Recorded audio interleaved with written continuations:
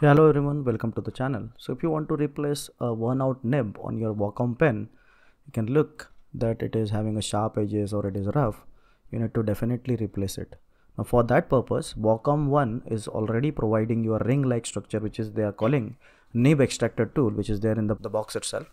You just need to get it out and hold it in this particular manner with its particular shape, and just hold your Wacom pen nib in this particular manner and apply a little bit of pressure to pull it out, and it will be easily out of the pen. By the way, I am providing you the link to buy the new nibs and the Wacom 1 pen tablet in the description below. Now you can see some of the nibs which are already there in the box.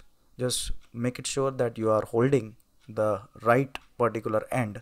The rounder one should be outside, and with this particular way you just need to insert it into the Wacom pen and just push it, and there will be a click sound, so that is the indication that it has been installed. If you want to give a effective presentation online or teach, you can watch this video.